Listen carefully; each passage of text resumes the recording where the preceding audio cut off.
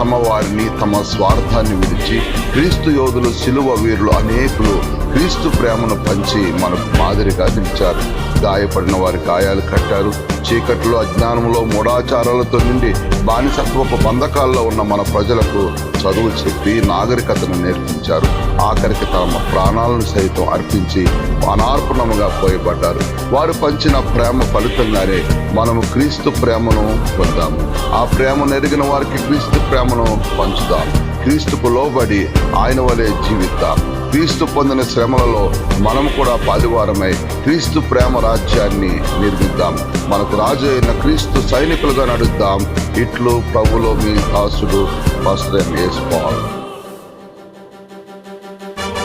మన రాజు యేసే. Jesus is the king of all.